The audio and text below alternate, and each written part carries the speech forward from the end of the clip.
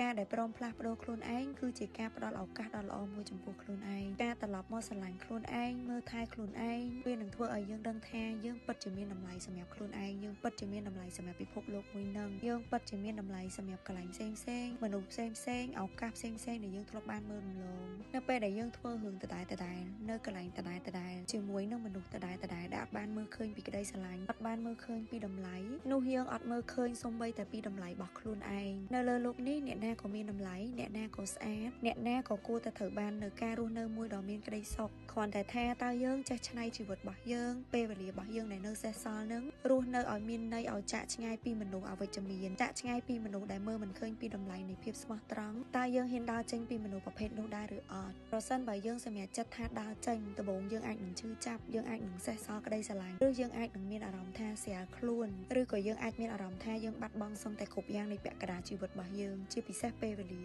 ប៉ុន្តែបើយើងអាចកាត់បានយើងអាចធ្វើបានប៉ុន្តែពេលវេលាដែលនៅសេះសល់ពាក់កណ្ដាលជីវិតរបស់យើងវានឹងមានន័យវានឹងល្អប្រសើរជាងការដែលយើងរស់នៅជាមួយនឹងមនុស្សដែលធ្វើឲ្យយើងឈឺចាប់